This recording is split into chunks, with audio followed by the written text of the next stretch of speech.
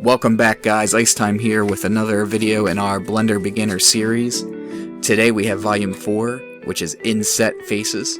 This will be a quick video, so go ahead, hit that sub button, sit back, relax, and let's get to it. I have taken the liberty of already adding in a cube here and subdividing it. So just hit tab to go into edit mode, press 3 to go into face mode, and then we'll go over the two different ways you can inset here. So if you want, you can just click a single face and inset that face by pressing the hotkey I, and then move your mouse in or out until you have the desired shape. You can use the number keys to do a set increment, of course, as well.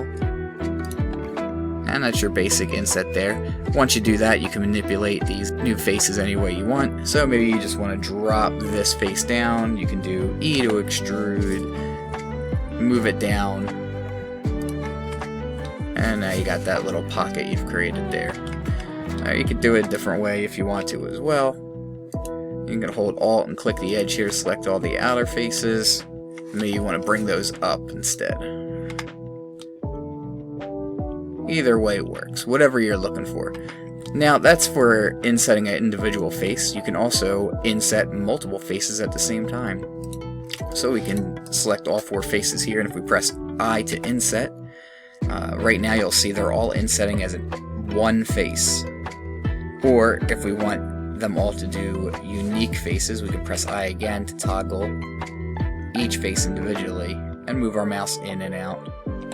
Press I again, and you have it back to one big face. This works on corners as well, so you can make some unique topology here.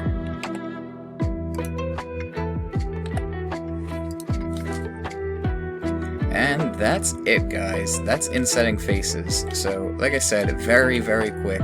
Not much to it. Just remember the hotkey I, and you can check the description of the video. I will link the website for the Blender documentation for inset faces. It's a very, very quick read, and that's all there is to it. So until next time, this is Icetime signing off.